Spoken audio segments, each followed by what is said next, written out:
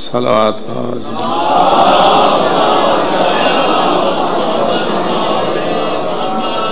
ماشاء اللہ لا حول ولا قوة الا باللہ العلی العظیم اعوذ باللہ من الشیطان الرجیم بسم اللہ الرحمن الرحیم الحمدللہ رب العالمین والصلاة والسلام علی اشرف الانبیاء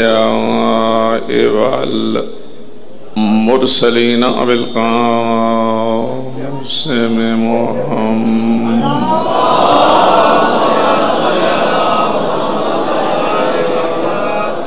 وعلى آله الطيبين الطاهرين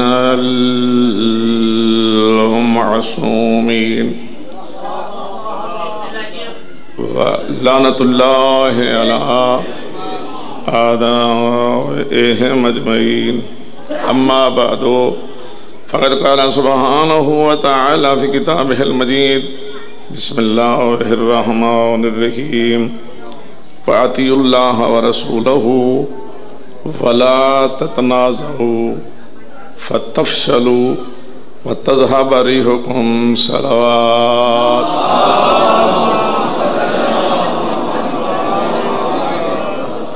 سادات مومنین عزاداران مظلوم کربلا بی بی کے اس دکھی دن کے موقع پر سب سے پہلے تو امام زمانہ اجل اللہ فرجہ اور آپ سب عزاداروں کی خدمت میں بی بی کے دکھوں کی اور دکھ بھری شہادت کی تعزیت پیش کرتا ہوں ایک ایک سانس آپ کا عبادت میں شمار ہو میرے ذمہ یہاں ایک پیغام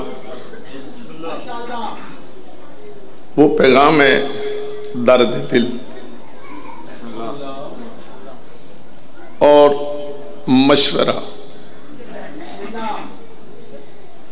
درد دل اور مشورہ بسم اللہ درد اگر اپنے دل میں آپ محسوس فرمائیں گے تو میرے ساتھ سفر ضرور کریں گے مشورہ اچھا لگے تو قبول فرمائیے نہیں تو میری طرف پلٹا دیجیے تھوڑا سا مجھے تیز چلنا پڑے گا لیکن بہرحال جو جزیات میں آپ کی خدمت پیش کروں ان کو ذہن میں محفوظ ضرور کرنا ہے ایک دفعہ بآواز بلند صلوات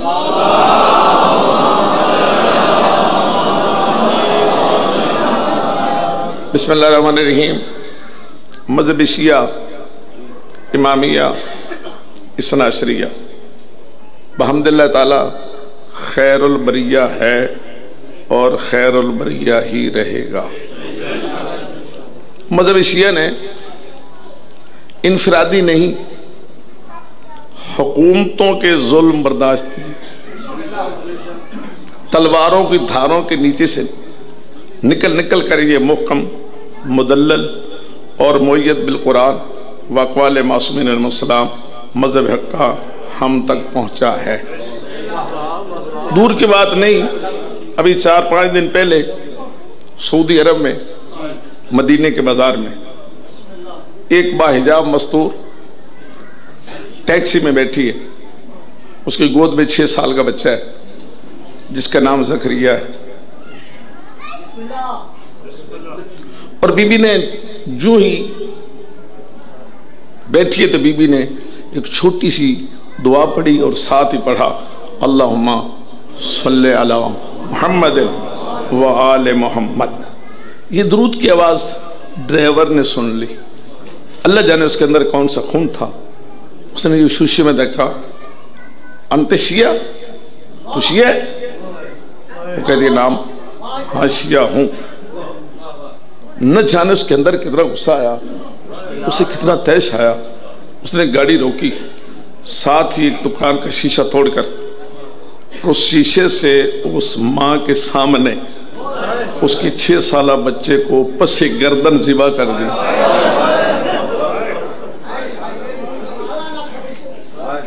پس گردن ذبح کر دیا بازار سب دیکھ رہا تھا ماں تڑپتی رہی کسی نے کیا سنا تھا ہم اتنے اس عزاداری کے دن حکومت سعودیہ کے سامنے احتجاج کرتے کہ اپنے آئین کے مطابق القتل بالقتل کو مد نظر رکھ کے اس ظالم اور سفاک اس قاتل کو، جس نے ماں کے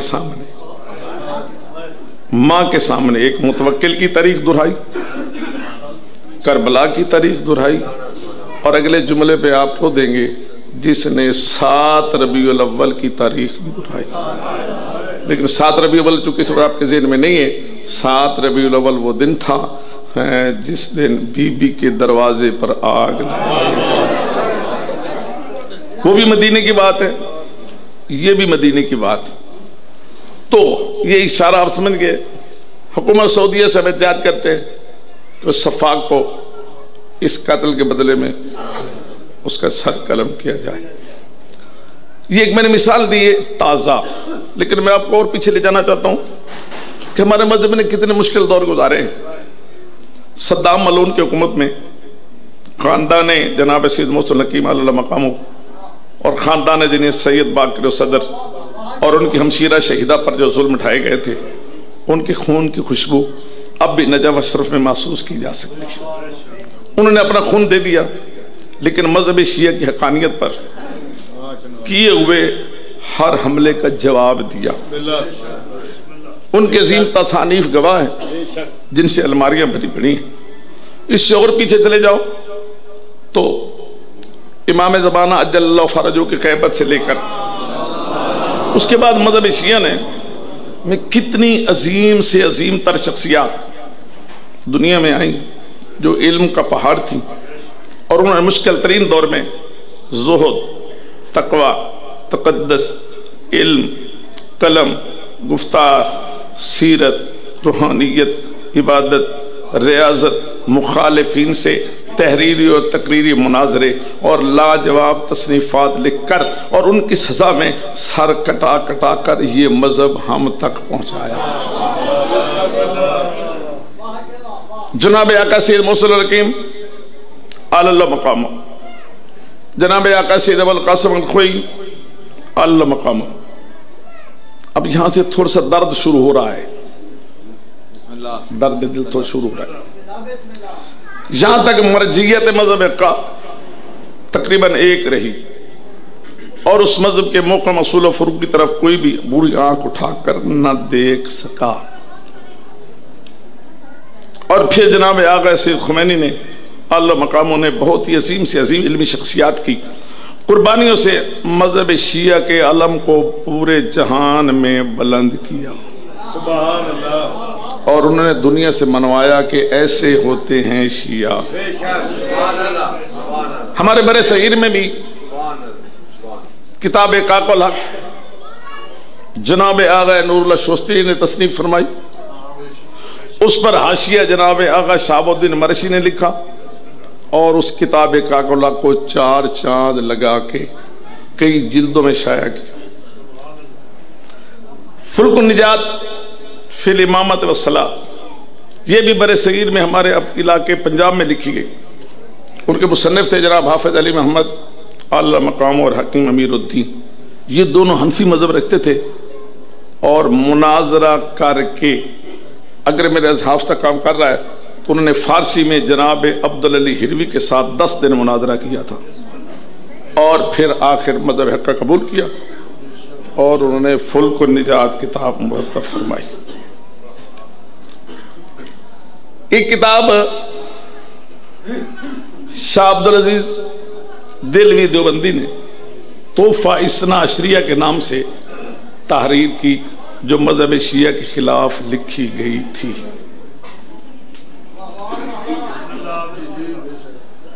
اور کمال ہے، اعجاز سمجھو، کرامت سمجھو، اللہ کی طرف سے تائید سمجھو، اہل بیت کی طرف سے توفیق سمجھو۔ ادھر تحفہ اثنا عشریہ لکھی جا رہی تھی، ادھر اس کا جواب لکھا جا رہا تھا۔ جو کچھ سبب اللہ نے پیدا کیا کہ جو کاتب اس کی وہ کتاب لکھتا تھا، وہ اس کی وہ جو تحفہ اثنا عشریہ کے مؤلف لکھتے تھے وہ شام کو، نام یاد کر لے، جناب میر حامد حسین موسوی لکھنوی ہندی کے پاس پہنچا دیتا تھا۔ جب تحفہ اثنا عشریہ کتاب تحریر ہو گئی، ادھر 12 جلدوں میں ابقات الانوار فی مناقب الائمۃ والاطہار کے نام سے اس کا جواب تحریر ہو چکا تھا۔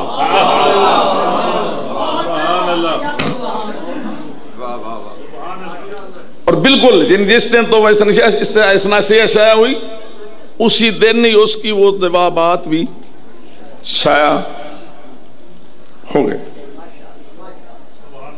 مصحف علم کے پہاڑ اور محافظان مذہب حق کا باری باری کوئی ظلم و ستم سے اور کوئی طبی موت سے جنت الفردوس تشریف لے گئے۔ یہ میری باتیں نوجوان طبقہ ضرور سنیں، بزرگوں کے لیے دہرائی ہوگی۔ پھر دور آ گیا لکھنوی اور دہلوی صاحبان علم و فضل کا۔ انہوں نے بھی اپنے اپنے انداز میں، جہاں ان کے نام نہیں گنوائے سکتے، ہر ایک اپنی اپنی جگہ پہ ایک پہاڑ تھا۔ جناب علامہ رشید ترابی، جناب اظہر حسن چیتی، ان لوگوں کے نام نہیں گنوائے جا سکتے۔ انہوں نے اپنے اپنے دور میں اپنے اپنے انداز میں عظمت معصومین علیہ السلام کو آستن انداز میں پیش کیا اور مخالفین کے حملوں کا لفظ بلفظ جواب دیا۔ وہ باری باری دائی اجل کو لبیک کہہ کر راہی جنت ہو گئے۔ اپنے جملہ مکمل نہیں کیا، انا للہ و انا الیہ راجعون۔ ان کے بعد اب یہاں سے درد شروع ہو رہا ہے اور مشورہ بھی اس سے آگے آئے گا۔ ان کے بعد اب تقریباً 50-60 سال سے جو دور شروع ہوا، اس میں اس مذہب حق کے صاحبان علم و خطابت، اہل قلم اور اہل منبر اتنے اختلاف و انتشار کا شکار ہوئے جس کی حد نہیں، اور ہمارے گھر میں ہی وہ جنگ شروع ہوئی جو ختم ہونے کا نام ہی نہیں لے رہی۔ اور اب تو اس موقع اور مدلل مذہب پر غیر لوگ ہنس ہنس کر تالیاں بجاتے ہیں اور بربلا کہتے ہیں کہ شیعوں کو چھوڑو، یہ خود اپنے اندر کے اختلافات کی جنگ میں اپنی موت مر جائیں گے۔ ان کو تو ابھی تک نہ اذان درست ہوئی ہے، نہ ان کی نماز درست ہوئی ہے، نہ عقیدہ درست ہوا ہے اور نہ نظریہ درست ہوا ہے۔ بالخصوص پاکستان کا، میں سپیکر کہہ رہا ہوں، بالخصوص پاکستان کا ہر ایک بندے کا اپنا اپنا مذہب ہے اور اپنا اپنا عقیدہ ہے۔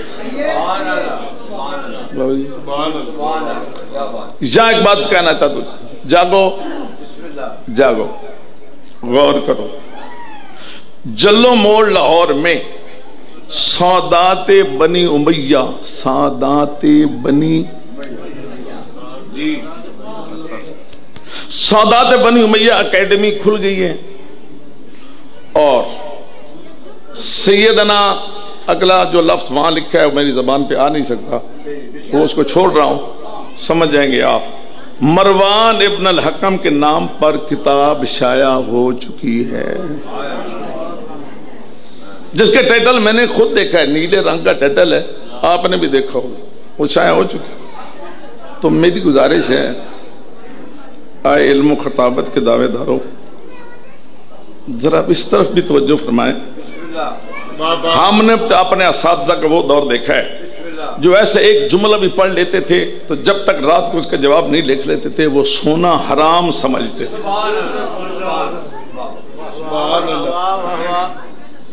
ہمارے اس وقت معزز خطبہ کی حالت کیا ہے؟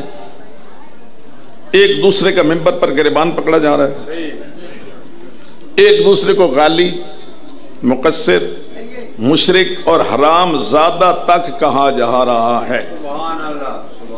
عجیب سے عجیب الفاظ میں ایک دوسرے پر طنز و اعتراض کیا جا رہا ہے، اور اس کے ساتھ ساتھ نئے نئے انداز میں ایک دوسرے کو چیلنج کیا جا رہا ہے۔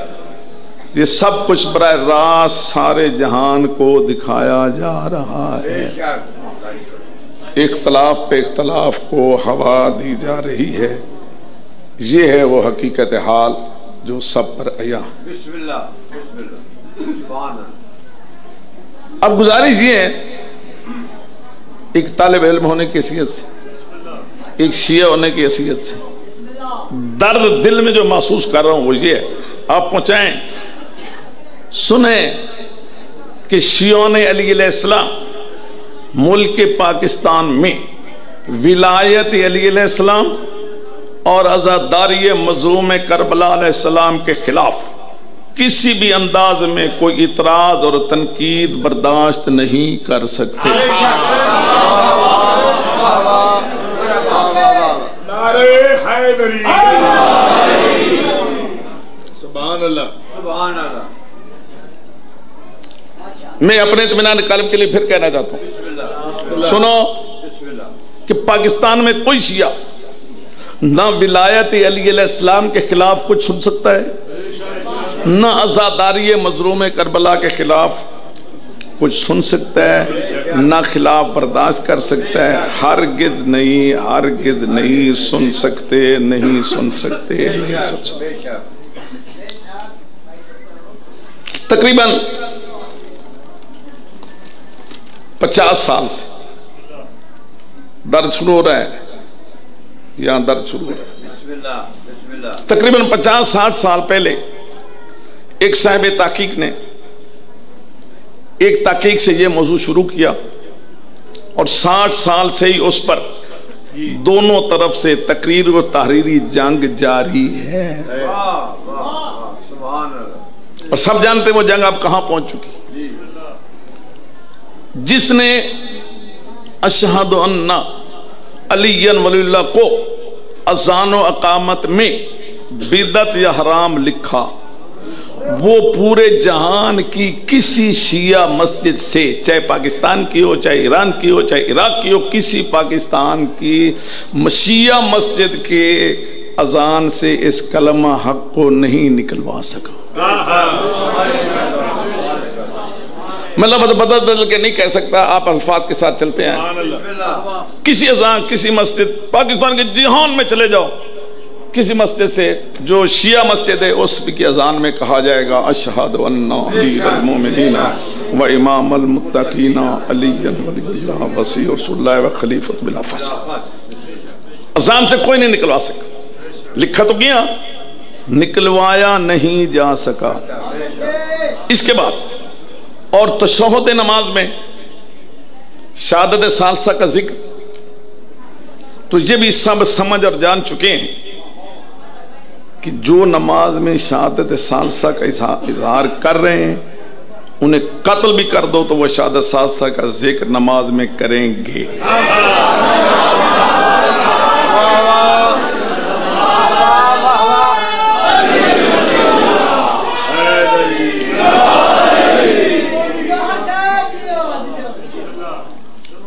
قتل بھی کر دو تو وہ اس کا اظہار نماز میں کریں گے، وہ شاد سال ذکر نماز میں ادا کریں گے اور حتماً کریں گے۔ وہ اس کے خلاف سننے کو تیار ہیں، سب کہیں سننے کو تیار۔ ان کے پاس شواہد بھی ہیں، ان کے پاس دلائل بھی ہیں، ان کے پاس فتاوی بھی ہیں۔ اور جو منکرین اظہار شہادت ثالثہ در نماز ہیں وہ رکوع، سجدہ، قنوت میں تو کسی نہ کسی طرح سے نماز میں جناب علی علیہ السلام کا نام، ذکر امام زمانہ اجل اللہ فرجہ اگرچہ دعائی انداز میں ادا کر لیں گے۔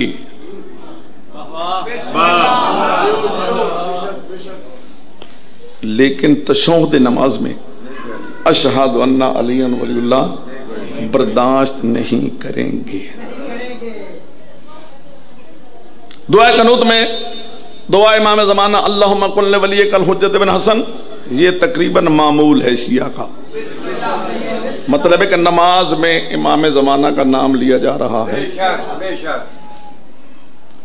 میں نے خود مسجد مقدس میں حرم امام رضا علیہ السلام میں دوران نماز سنا تھا۔ بعد جماعت نماز ہو رہی تھی، مجھے نہیں پتا تھا کہ وہ نماز پڑھانے والی ہستی کہاں کھڑی ہے، کوئی پچھلی صف میں تھا۔ دوران نماز میں نے سنا تھا کہ حالت رکوع میں، رکوع کی حالت میں تسبیح رکوع کے بعد سبحان ربی العظیم و بحمدہ، سبحان ربی العظیم و بحمدہ، اللہم صلی علی محمد و آل محمد کے بعد انہوں نے رکوع میں پڑھا تھا اللہم زد فی قلوبنا ولایت علی ابن ابی طالب۔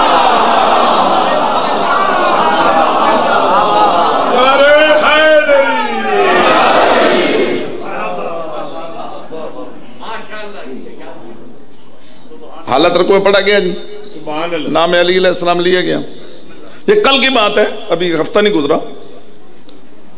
جناب عباس علیہ السلام کے کربلا معلّہ کے حرم میں جو محترم ہستی جماعت کراتی نماز کی، وہ لاہور تشریف لائے تھے، لاہور تشریف، اور 2 جگہ پر انہوں نے نماز پڑھائی، ادارہ منہاج الحسین میں بھی اور جامعۃ المنتصر میں بھی۔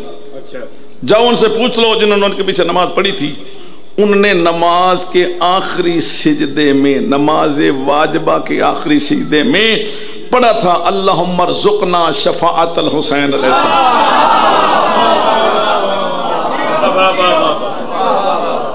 یوم الورود، یہ الفاظ زیارت روز عاشور کے۔ جناب علی، اتنی تحریر سے میرا مقصد صرف یہ ثابت کرنا ہے کیا کہ جو تحقیق کر کے، جو شخص تحقیق کر کے یا کسی سے سن کے یا مطالعہ کر کے جو نظریہ قائم کر چکا ہے، وہ مرتے دم تک اس سے پیچھے نہیں ہٹے گا، بے شک، چاہے کچھ ہو جائے وہ اس پہ قائم۔ یعنی جو نظریہ جس نے قائم کر لیا ہے، آپ سب کہیں وہ اس پر۔ اس کے بعد دوسری مثال میرے پاس ہے، وہ ہے مسئلہ تقلید۔ مسئلہ میں بھی جو جس نظریے پر قائم ہو گئے وہ اسی پر قائم ہے اور رہے گا۔ مثلا جو تقلید کے حق میں نہیں ہے، جو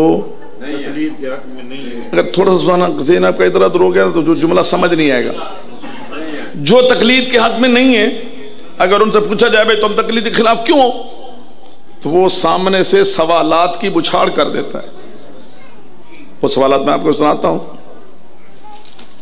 نمبر 1 وہ پوچھتا ہے کس کی تقلید کریں؟ ابھی میں نے جملہ مکمل نہیں کیا۔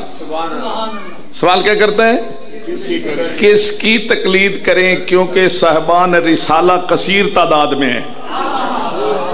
صاحبان رسالہ سے مطلب میرے کہ توضیح المسائل لکھنے والے، وہ کثیر، کس کی تقلید کریں؟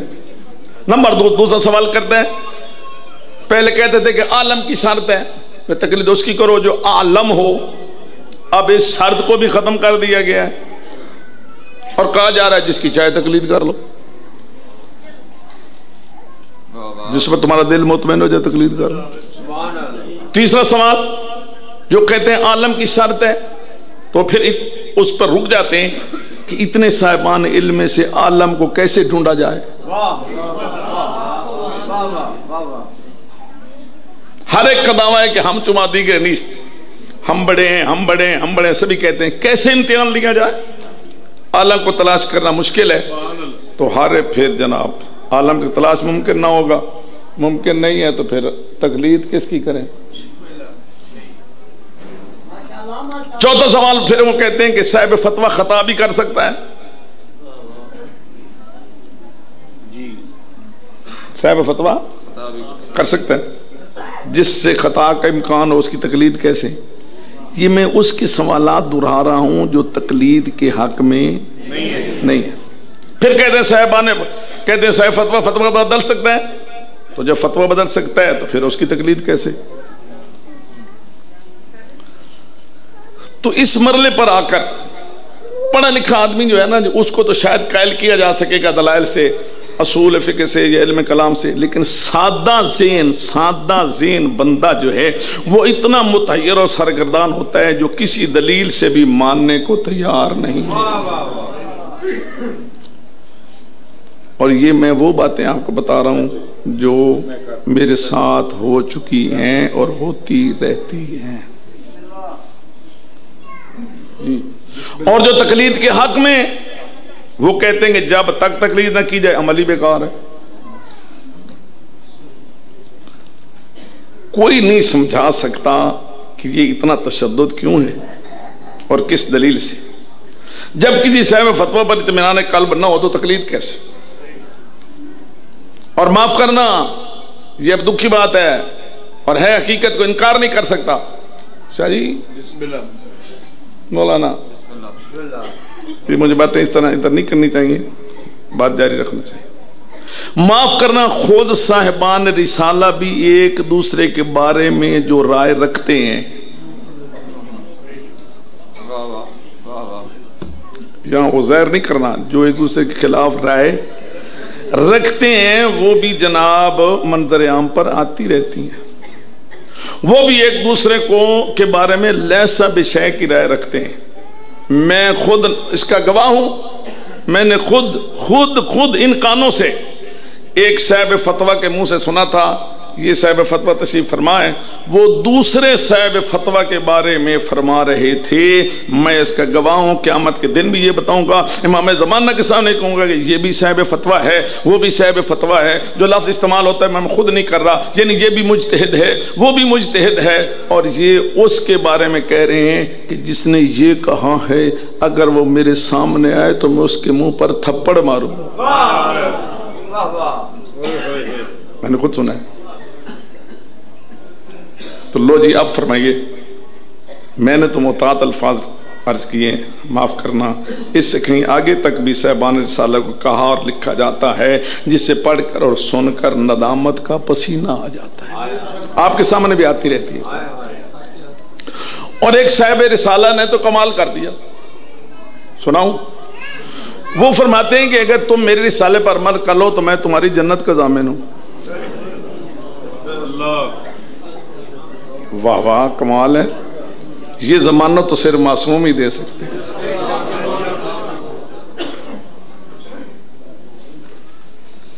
یہ 18 صفحے ہیں اور میں 5ویں صفحے پر پہنچا ہوں، مجھے آخر تک پہنچنے دینا، مجھے پہنچنے دینا، خدا را پہنچنے دینا، یہ مجھے درمیان میں رکنا نہیں چاہیے تھا۔ خیر، تو گویا وہ خود معصوم اور ان کا رسالہ الہامی ثابت ہو گیا، اللہ مانو گسی۔ اور یہ بھی لکھنے میں مجھے کوئی جھجک نہیں۔ اب اس جملے کو بھی سمجھنا، میں آپ کے سامنے وہ چیزیں بتا رہا ہوں جو آپ کے سامنے موجود ہیں۔ جو کہتے ہیں کہ تقلید ضروری نہیں ہے، وہ بھی اس نظریے میں خود کسی کی تقلید کر رہے ہیں۔ بات واضح نہیں ہوئی؟ وہ بھی کوئی کتاب کا حوالہ دے گا نا، یہ دیکھو کوئی حوالہ دے گا نا، اس حوالے کی وجہ سے میں تقلید کا قائل نہیں ہوں، تو اس نظریے کو قائم کرنے میں بھی وہ کسی کا مقلد ہو رہا ہے۔ چلیے اس کو سمجھتے رہنا۔ مترجم اعلیٰ تحریر سے یہ میں واضح کرنا چاہتا ہوں کہ ذی شعور، ہر ذی شعور عقل سے رکھنے والا یہ سمجھ لے کہ جو جس نظریے پر قائم ہے وہ کسی بھی طرح اس سے دستبردار ہونے کے لیے تیار ہے۔ یہ جملہ پھر کہوں گا یہ 2 مثالیں دے کر۔ کیا میں نے کہا ہے کہ جو نظریہ جو قائم کر چکا ہے وہ اس سے ہٹنے کے لیے، ذرا بلند کہو،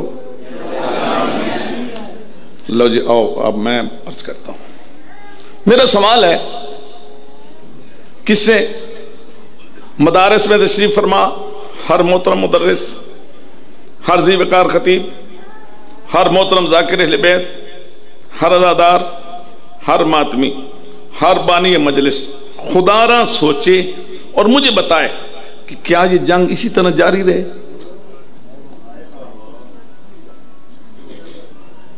نہیں، کیا یہ جنگ جاری رہے؟ عظیم اور پروقار شیعہ قوم گروہوں میں تقسیم ہوتی رہے؟ سپیکر پر سارے جہاں کو برملا زور خطابت سے ایک دوسرے کو کہا جائے کہ فلاں یہ ہے فلاں وہ ہے، اور لفظ حرامی تک ادا کرنے میں جھجک نہ آئے؟ تو خدا را سوچو اور مجھے بتاؤ کہ اس طرح ہماری آنے والی نسل حقیقی مذہب شیعہ کہاں سے تلاش کرے؟ ہمارا تعلیم یافتہ نوجوان جب کسی خطیب سے کچھ سنے گا اور کسی خطیب سے کچھ سنے گا تو وہ کیا نتیجہ نکالے گا؟ مدبانہ گزارش ہے. اب میری گزارشات شروع ہو رہی ہیں. اس میں پہلے مدارس دینیہ، پھر خطبہ، پھر بانیان، پھر سادات اور پھر ماتمی. اگر آپ اجازت تھوڑا تیز رفتاری اختیار کر لوں، اسی انداز سے ذرا بات بتانی پڑے گی، تھوڑا سا اختصار بعد میں کر لیں. مدارس دینیہ یقیناً مرکز بیٹا، مدارس دینیہ یقیناً کوئی خطیب ہے یا ذاکر، کوئی جتنا بھی صاحب علم ہے، اس کی ابتدا مدرسے سے ہی ہے.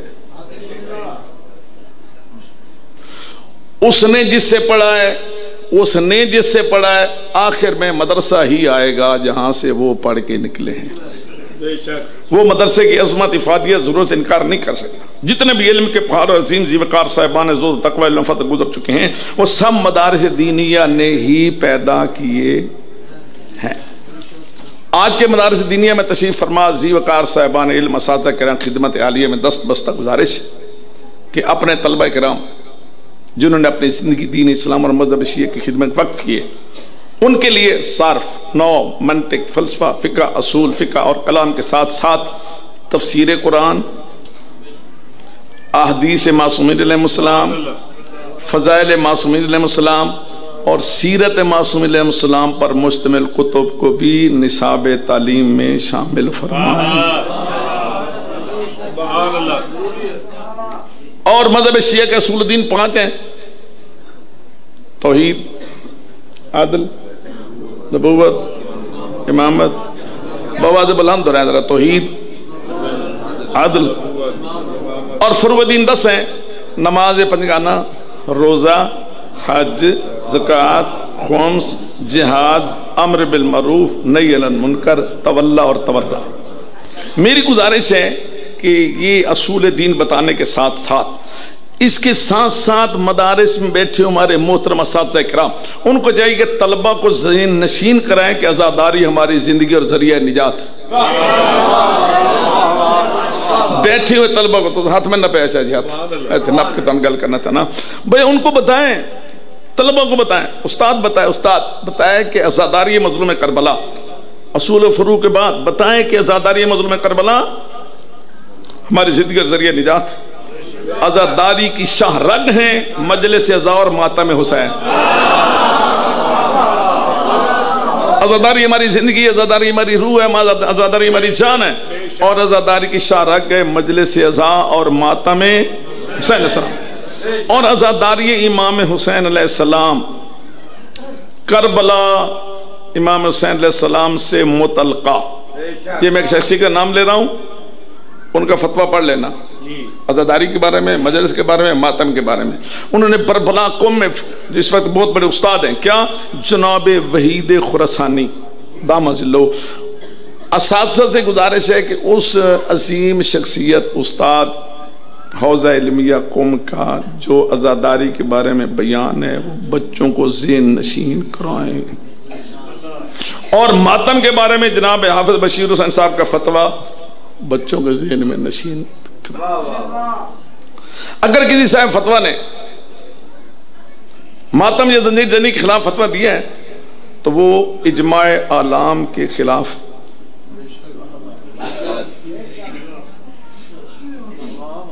میں چپ بیٹھا ہوں. اگر کسی صاحب علم نے صاحب فتویٰ نے ماتم یا زنجیر زنی کے خلاف فتویٰ دیا ہے، آپ کے سامنے موجود ہے، فتویٰ دیا ہے، تو وہ فتویٰ شاذ ہے. علماء عالم جو حق میں ہیں وہ ہزاروں ہیں، جو مخالفت کر رہے ہیں وہ 1 یا 2 ہیں. تو ان کی ذاتی رہیں، وہ خود جانے کہ انہوں نے سینکڑوں صاحبان فتویٰ کے اجماع کے خلاف فتویٰ کیوں دیا. اور ان 1-2 صاحبان کا فتویٰ شیعان جہان کے لیے حجت نہیں ہے. جلوس ہے عزاداری، ماتم، شبیہات، بلکہ عزاداری از مظلوم کربلا کے تمام جزیات کی اہمیت طلبہ کرام کے ذہن میں نشین کرائیں. شبیہات کو شاعر اللہ قرار دیں اور بچوں کو پہنچا دیں، سمجھا دیں، ان کو بتا دیں کہ کچھ دیر فرض کیجئے یہ مجلسیں نہ ہوں، سارا جہان حسین کا قاتل دکھائیے. نعرہ حیدری، نعرہ جلدی ٹائم کوئی گل نہیں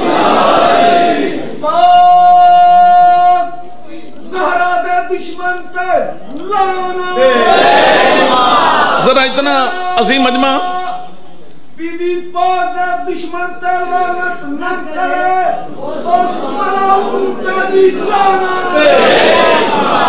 یہ میں گزارشات پیش کر رہا ہوں اپنے مدارس دینیہ کے عظیم اساتذہ کرام کی خدمت عالیہ میں کہ وہ کسی بھی انداز سے نہ اشارتاً نہ کنایتاً عزاداری مظلوم کربلا کے کسی پہلو کو تنقید کا نشانہ نہ بنائے، بلکہ اپنے یہ میرا مشورہ سننا، بلکہ اپنے مدارس میں کم از کم ایام معصومین علیہ السلام کے موقع پر اپنے مدرسے میں مجلس بھی کرائیں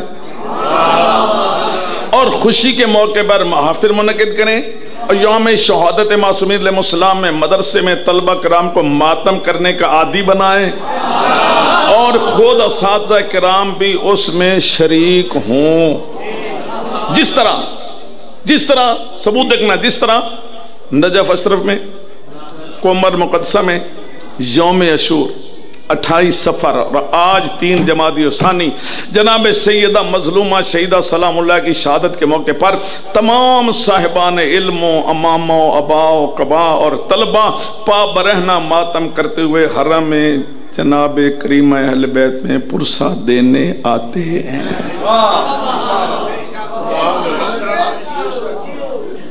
ماتمی امام حسین میں برکت کیا ہے اور ماتمی کا کیا مقام ہے؟ سبحان اللہ۔ جناب اوقع سید حسین بروجردی آل اللہ مقام ہو، ہمارے عظیم ایک علمی شخصیت گزرے ہیں صاحب زہد و تقوی، ان سے کسی نے پوچھا کہ آپ کی نظر اتنی بزرگی میں صحیح ہے، اتنی بزرگی میں صحیح ہے کہ آپ باریک عبارت بھی بغیر اینک کے پڑھ لیتے ہیں؟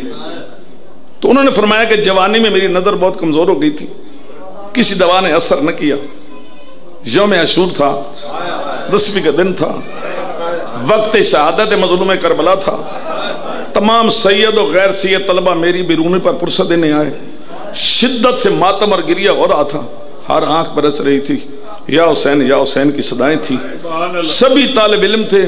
جناب آغا بروجردی فرماتے ہیں، اپنے دور کی بہت بڑی علمی شخصیت صاحب اجتہاد، فرماتے ہیں میرے اندر سے ایک آواز اٹھی، میں نے ایک ماتمی کے قدموں کی خاک اٹھائی اور اپنی آنکھوں میں لگائی۔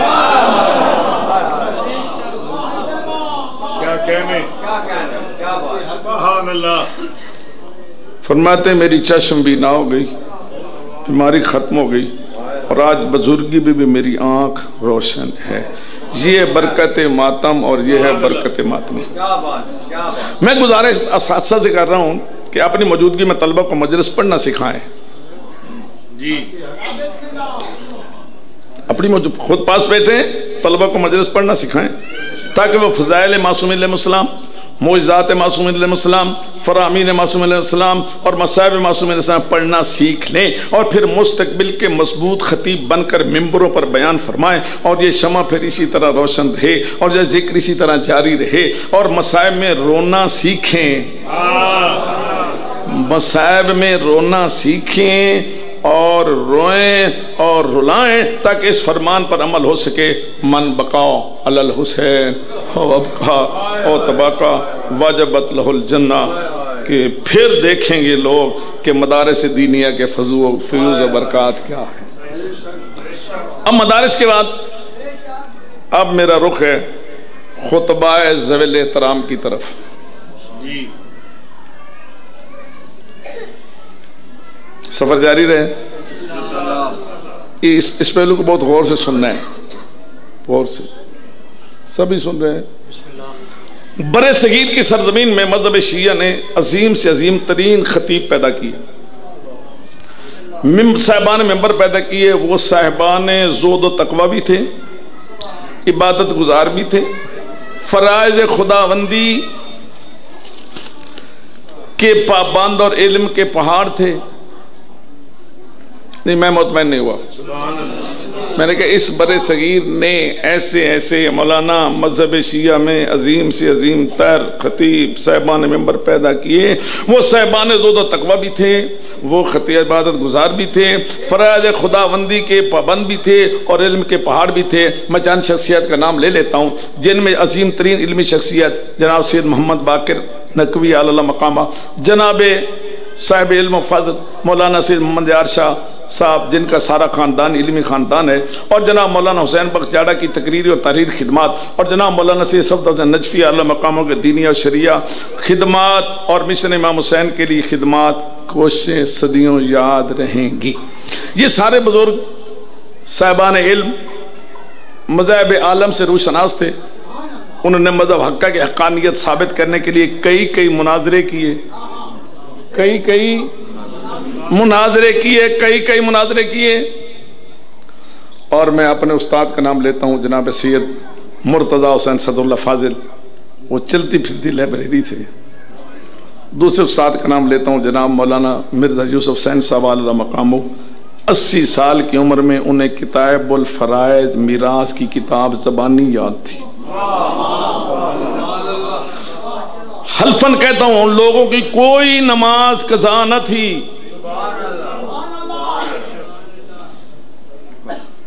نہیں میں مطمئن نہیں ہوا, پھر کہتا ہوں ان لوگوں کی کوئی نماز قضا نہ تھی. ہر وقت فرائض و حدود خداوندی کی فکر میں رہتے تھے. عظیم ترین خطیب اور جناب مذہب اہل بیت کے جنونی عاشق تھے. انہوں نے علوم اہل بیت, فضائل اہل بیت, مقام اہل بیت, معجزات اہل بیت, عظمت اہل بیت پر مشتمل ایسے خطابت کے جوہر دکھائے کہ جن کے خطابات کو ہر فرقے کے لوگ سنتے تھے, دوڑ کے جاتے تھے, بھاگ کے جاتے تھے کہ آج فلاں شیعہ عالم نے, فلاں شیعہ خطیب نے ذکر کرنا ہے, تو جناب سبق بھی حاصل کرتے تھے, مذہب اہل بیت کی حقانیت قائل ہو جاتے تھے. اس طرح ان خوش نصیب صاحبان علم خطیبوں نے ہزاروں نہیں لاکھوں لوگوں کو در اہل بیت پر جھکنے کے پر مجبور کر دیا. جن میں مبلغ اعظم مولانا محمد اسماعیل صاحب, مولانا غلام حسین نجفی شہید, مولانا تاج الدین حیدری علی مقاموں کے مذہب معصومین سے وکالت پر کتنے مناظرے ہوئے وہ ہمیشہ یاد رہیں گے. اور جناب مولانا محمد امیر صاحب توسوی اعلیٰ مقاموں نے چوٹی ضلع ڈیرہ غازی خان میں کئی روز مناظرہ کر کے مذہب اہل بیت ثابت کر کے فاتح چوٹی کا تاج اپنے سر پہ سجایا تھا. یہ میں نے پچھلی مثالیں آپ کو دی. لیکن آئے میری قوم کے اس وقت کے ذی وقار محترم خطیبوں, ہمیں کیا ہو گیا ہے؟ اب ہماری مجلسوں میں غیر شیعہ آتے ہی نہیں. چلو میں چپ بیٹھوں گا, اب انتظار کر میں کیا کرنا چاہتا ہوں. آتے ہی نہیں, آتے ہیں. اور اگر کوئی آ جائے اور موقع میں مجلس سن رہا ہوں تو ہمارے خطیب کا خطاب سن کر مذہب شیعہ کی حقانیت ماننے کے بجائے اتنا سرگردان ہوتا ہے اور گمگشتہ راہ ہو جاتا ہے کہ وہ یہ سوچنے پر مجبور ہو جاتے ہیں کہ یہ لوگ مسلمان ہیں. ان کے نزدیک عقیدہ توحید کیا ہے؟ ان کے نزدیک عقیدہ نبوت امامت کیا ہے؟ کیا ان کے مذہب میں نماز و روزہ نہیں ہے؟ میری خطبہ کرام سے 10 پاس تک گزارش ہے کہ اپنے مذہب کے حقوق, اپنے مذہب کے اصول, فروع ایسے انداز میں بیان فرمائیں کہ غیر اعتراض نہ کر سکے. میں مطمئن نہیں ہوا میں نے کیا کہا ہے. میں کہتا ہوں ایسے انداز میں خطاب کیا جائے جس سے غیر اعتراض نہ کر سکے, بلکہ مذہب معصومین علیہ السلام گرویدہ ہو جائے اور شان معصومین علیہ السلام اس کے دل و دماغ میں اترتی چلی جائے. اب 50 سال سے مسلسل ہر خطیب اپنے مسلک و نظریہ کو بہت بیان کر چکا. ان کے بیانات سے کوئی مانے یا نہ مانے, فائدہ بہت کم ہوا ہے اور نقصان زیادہ ہوا ہے. افتراق پیدا ہوا ہے, انتشار پیدا ہوا ہے, اور غیر شیعہ لوگ مذہب حقہ کی طرف کیسے آتے, خدا نہ سمجھنا کیسے پلٹ دے. خود شیعہ بھی ایک دوسرے سے دور ہو گئے, امام بان گئے, تقسیم ہو گئی, مسجدیں تقسیم ہو گئیں, مدارس تقسیم ہو گئے, خطبہ تقسیم ہو گئے, ذاکرین تقسیم ہو گئے, ماتمی تقسیم ہو گئے, بانیان مجلس بھی تقسیم ہو گئے. 3 جمادی الثانی کے دکھی دن کا واسطہ آپ کو سوچیں کیا وجہ ہے. ہر محب اہل بیت درد دل رکھنے والا اس افتراق کی وجہ تلاش کرے. کیا امام العصر جل فرمائے اس گروہ در گروہ تقسیم پر راضی ہوں گے؟ ہرگز نہیں، ہرگز نہیں۔ آپ سب کو جناب سیدہ سلام اللہ کے زخمی اور شکستہ پہلو کا واسطہ قوم شیعہ کو مزید اختلاف سے بچانے کے لیے انداز خطابت تبدیل کر لو۔ جناب علی علیہ السلام کے فرمان پر عمل کرو کہ خاطب الناس علی قدر عقولہم، کہ لوگوں سے ان کی عقلوں کے مطابق بات کرو، لوگوں سے ان کی عقلوں کے مطابق بات کرو۔ ان کو اتنا سرگردان نہ کر دو کہ ان کو حق تلاش کرنے مشکل ہو جائے، ان تک اب وہ کچھ پہنچاؤ جس کی اب ان کو ضرورت ہے۔ اپنی تقاریر کو اس انداز میں ڈھالو کہ نو نہالان قوم، یہ چھوٹے بچے، ان کو وہاں سے ہدایت اور تعلیمات حاصل ہو جائے۔ اپنے تقاریر کو اس انداز میں لے آؤ کہ غیر لوگ تمہیں دعائیں دیں کہ مذہب اہل بیت انہوں نے ہمیں سمجھا کر صراط مستقیم پر ہمیں پہنچا دیا۔ اصول دین بیان فرمائیں، لوگوں کو وہ توحید بتائیں جو ہمیں معصومین علیہ السلام نے بتائی ہے، اور خود معصومین علیہ السلام جس ہستی کے سامنے سر بسجود ہوتے ہیں اس کی عظمت بتائیں۔ نبوت بیان فرماتے ہوئے میں تھوڑا سا تیزی سفر طے کرنا چاہتا ہوں۔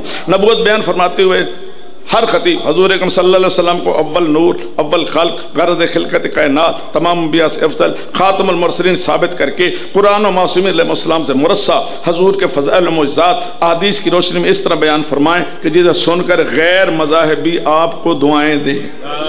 کہ شان رسالہ سننے کا لطف آیا، بہت پہلے کی بات ہے، اس کو غور سے سننا بہت پہلے کی بات ہے۔ بادشاہی مسجد لاہور میں سیرت النبی کا جلسہ تھا جس میں تمام فرقہ اسلامیہ کے صاحبان علم و خطابت نے حضور پاک کی شان بیان فرمانا تھی۔ مختلف مذاہب کے خطبہ اپنے اپنے انداز میں خطاب فرما چکے۔ آخر میں شیعہ خطیب مولانا محمد بشیر انصاری اور فاتح ٹیکسلا اعلیٰ مقامہ اور جلسے کا صدر جو اہل سنت کا عظیم خطیب تھا اور صدر جلسہ بھی تھا وہ رہ گئے۔ شیعہ خطیب مولانا محمد بشیر انصاری نے جو قرآن و احادیث و معصومین علیہ السلام کی روشنی میں فضائل سرور کائنات بیان فرمائے تو صدر جلسہ اہل سنت کے عظیم خطیب نے اپنی دستار اتار کر مولانا بشیر کے سر پر رکھ دی۔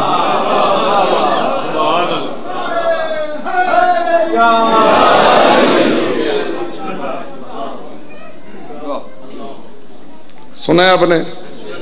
اچھا، اور یہ کہہ کر تقریر کرنے سے انکار کر دے کہ اب باقی کچھ نہیں بچا جو میں بیان کروں۔ یہ ایک مثال ہے، اور ایسی کئی مثالیں دیگر شیعہ واعظین مرحومین کی موجود ہیں۔ میں اس جلسے میں موجود تھا، ختم نبوت کے موضوع پر جلسہ تھا، اور چنوٹ کا شہر تھا جہاں تمام مکاتب فکر کے احباب تھے۔ اس میں جناب اظہر حسن زیدی مرحوم کا خطاب اس وقت بھی چنوٹ کی فضا میں گونج رہا ہے۔ شان رسالت کے بعد میرا دس بدہ سوال ہے کہ کیا ایسا آج بھی ممکن ہے؟ آپ نے سوال کیا ہے، کیا ایسا آج بھی ممکن ہے کہ وہ تمام مکاتب فکر کے لوگ اکٹھے ہوں، سنی شیعہ اہل حدیث سب اکٹھے ہوں، اور اس میں ہمارے مذہب کا کوئی خطیب جا کر شان رسالت بیان کر کے دستار فضیلت اپنے سر پر سجا کر مذہب اہل بیت کو سر بلند کرے؟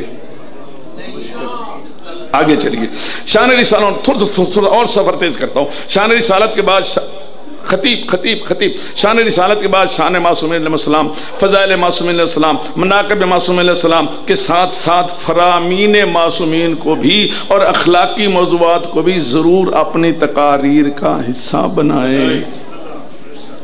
فضائل بھی بیان کریں، مناقب بیان کریں، معجزات بیان کریں، ساتھ معصومین کے نہیں، آپ نے نہیں کہا، ساتھ معصومین علیہ السلام کے سب کہیں، فرامین بھی بیان کریں تاکہ پتہ چلے کہ ہمارے ائمہ نے بیان کیا فرمایا ہے۔ اور فضائل علی علیہ السلام کے بارے میں تو فرمان رسالت موجود ہے جس کا عربی ترجمہ میں کر دیتا ہوں، اور اس میں ساری فضا معطر ہو جائے گی کہ لو انا مال ابہر السبت اللتی خلقنا مدادا والسماوات کاغدو واشجار خلق اللہ اقلام قاتب اذا الخط افناهن عادت اوائد وقانا جميع الجد والانس قطبا اذا قل منهم واحد قام واحد وخط جميعا منقبا بعد منقب لما خط من تلك المناقب واحد۔ یہ حدیث کا ترجمہ ہے، عربی شاعر نے ترجمہ کیا ہے۔ اس کا معنی کیا ہے کہ اگر سمندر سیاہی بن جائیں، آسمان کاغذ ہو جائے، درخت قلمیں بن جائیں، جن انسان لکھنے بیٹھیں، پھر بھی جناب علی علیہ السلام کی ایک فضیلت کو بھی احاطہ تحریر میں نہیں لا سکتے۔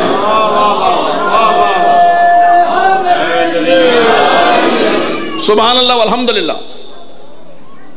بات نزدیک آ رہی، فضائل علی علیہ السلام اور باقی معصومین علیہ السلام کے ایام میں، باقی معصومین علیہ السلام کے ایام میں ہر خطیب اسی امام کا ذکر کرے جس کا دن ہے، ان کے مناقب، معجزات اور فضائل پڑھے، اس کے ساتھ نئی نسل کو اپنے معصومین امام کے فرامین اور ان کی عبادات سے بھی روشناس کرا کے اعمال صالحہ بجا لانے کی رغبت دلائے۔ اور آگے عقیدہ ولایت علی علیہ السلام، ہماری جان، ہماری زندگی، ہمارا ذریعہ نجات کیا؟ آپ نے سنا ہی نہیں، عقیدہ ولایت علی علیہ السلام۔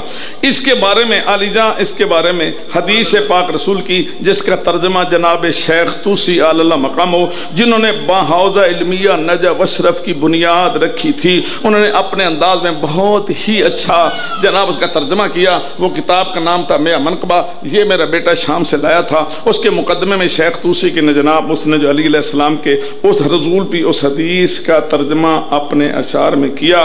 میں کہتا ہوں اگر ایسے صاحبان علم و تقوی اور روحانیت اور محبت و مودت رکھنے والوں کا جوتا بھی مجھے ملے تو میں اس کو بھی بدوسہ دوں گا، سبحان اللہ، اس کو بھی چومنا اپنے لیے سعادت سمجھوں گا۔ اب جو انہوں نے ترجمہ کیا وہ سنو، وہ جناب کہ لو ان عبدا اطاع بالصالحات غدا وودع کل نبی و مرسل و ولی وصام ما صام صوام بلا زجر وقام ما قام قوام بلا ملل وحج ما حج من فرض منسنا وطاف ما طاف حاف غیر منتعل وطار في الجو لا ياوي الى احد وغاص في البار مامونا من البلل ويكسل يطعم من الدباج كلهم ويطعم الجائن البر بالاصل وعاش في الناس الافا مولفا اور من الذنب معصوما من الزلل ما كان في الحسر عند الله منتفعا الا بولایت امیر المومنین علی۔ ترجمہ کیا ہے؟ اگر کوئی عبد خدا مسلسل نیکیاں کرے، عقیدہ نبوت اور رسالت پہ رکھتا ہو، مسلسل روزے رکھے، عبادت کرے، ہر سال فرضی حج کا سنتی حج بھی کرے، ننگے پاؤں مسلسل کعبے کا طواف کرے، فضا میں اڑتا رہے اور گرے نہیں، دریا سے تیرتا نکلے اور اسے کپڑے خشک ہوں، یتیموں کو ریشم کے کپڑے پہنائے، نیک نیک جناب بھوکھوں کو شہد سے کھانا کھلائے، 1000 سال گناہوں سے بچ بچ کر زندگی گزارے، اگر وہ ولایت علی علیہ السلام کا قائل نہیں ہے تو اسے اتنی عبادات اور ریاضات کا یوم عشر ذرہ بھی نفع نہیں ملے۔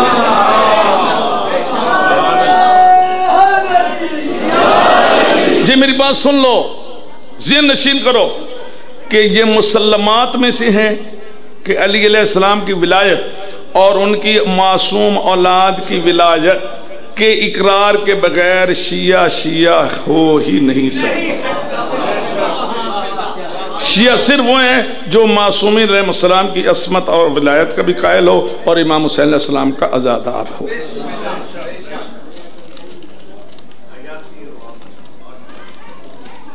نہیں ولایت کے بغیر۔ اب یہاں ایک بات جو قابل غور ہے، حدیث بھی آپ نے سن لی، کیوں جی؟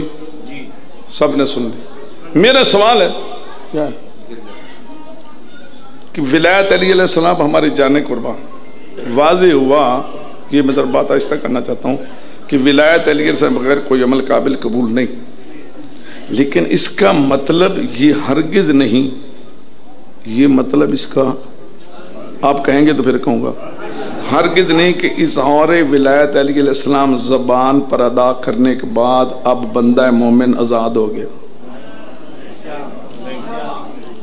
آپ کا دل کیا کہتا ہے؟ سچ بتاؤ، نہیں بتاؤ نا، کیا یہ جب ہم اظہار کر لیں گے تو کیا وہ بندہ مومن آزاد ہو گیا؟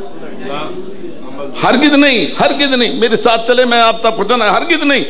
خطیب بتائیں، جو خطیب یہاں ہے وہ بتائے کیا کہ اقرار توحید لا الہ الا اللہ، اقرار رسالت محمد رسول اللہ، اقرار ولایت علی اللہ زبان پر دل و جان سے جاری کرنے کے بعد وہ ایک قانون کا پابند ہو گیا ہے۔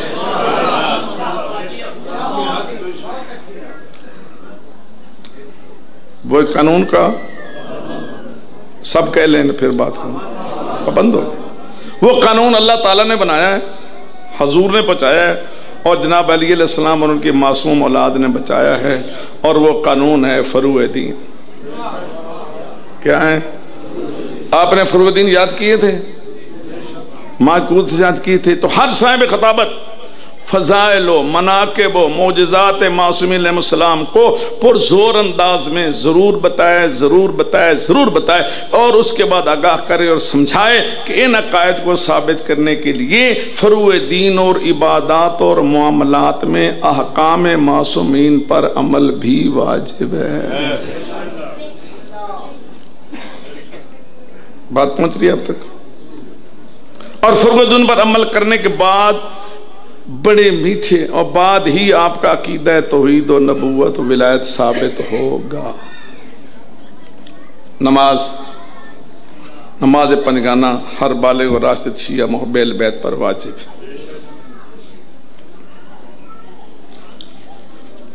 نماز کے بارے میں ایسے الفاظ استعمال کرنا، بات غور سے سننا، میں بہت نرم لفظ کہہ رہا ہوں، نماز کے بارے میں ایسے الفاظ استعمال کرنا جس سے نماز کو حقیر سمجھا جائے، خفیف سمجھا جائے۔ نماز کو میں نے خود سنا ہے کہ کہتا نماز ڈھونگ ہے، آپ قبول کریں گے؟ کیوں جی؟ 2 ٹکے کی چٹائی پر ٹکرے مارنے والا یہ سجدے کی شرح ہو رہی ہے۔ نماز کے ایسے انداز میں ذکر نہ کریں، خدا را نہ کریں، اور جناب وجوب کا اقرار کرتے ہوئے، حکم خدا رسول قرار دیتے ہوئے پھر نماز پنجگانہ ادا نہ کرنا، یہ فسق ہے، یقیناً فسق ہے۔ اور یہاں ایک جملہ پھر سنیں، تھوڑی سی دعا کرنا کہ جناب اظہر حسن زیدی علیہ مقام ہو سے کسی نے پوچھا تھا کسی کہ آپ کی شیعہ نماز نہیں پڑھتے یا کم پڑھتے ہیں، زیدی صاحب مرحوم نے کمال کا جواب دیا، آپ یہاں لکھ لیں اور سب کو پوچھا، انہوں نے جواب دیا تھا کہ ہم نے ان کو نماز کے لیے کہاں کب ہے؟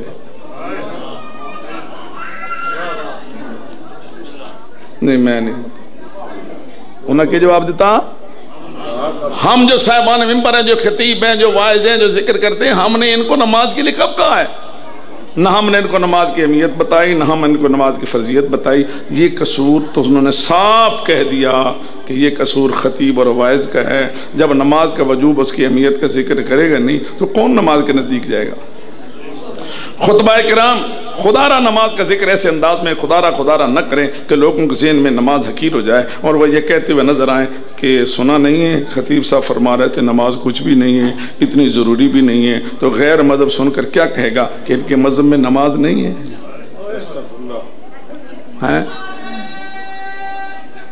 اللہ اکبر، جلدی بھائی جلدی۔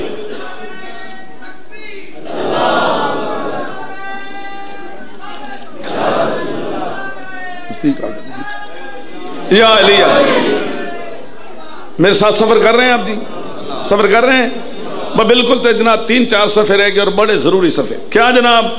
تو وہ جو حقیر انداز بیان کرے گا تو وہ غیر سنے گا تو وہ یہ کہے گا نا کہ ان کے مذہب میں نماز آنکھوں اونچا دیا آنکھوں ہے ہی نہیں، یہ تو کافر ہیں۔ تو اپنے مذہب پر کفر کا الزام ہم نے لگوایا ہے،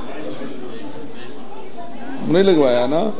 اچھا آؤ عہد کریں، میرے ساتھ ملو، عہد کریں، آج کے دن کا واسطہ آؤ مل کر عہد کریں کیا کہ پنجگانہ نماز کو خود بھی پابندی سے ادا کریں اور مومنین کرام تک بھی اس کا وجوب حتماً پہنچائیں۔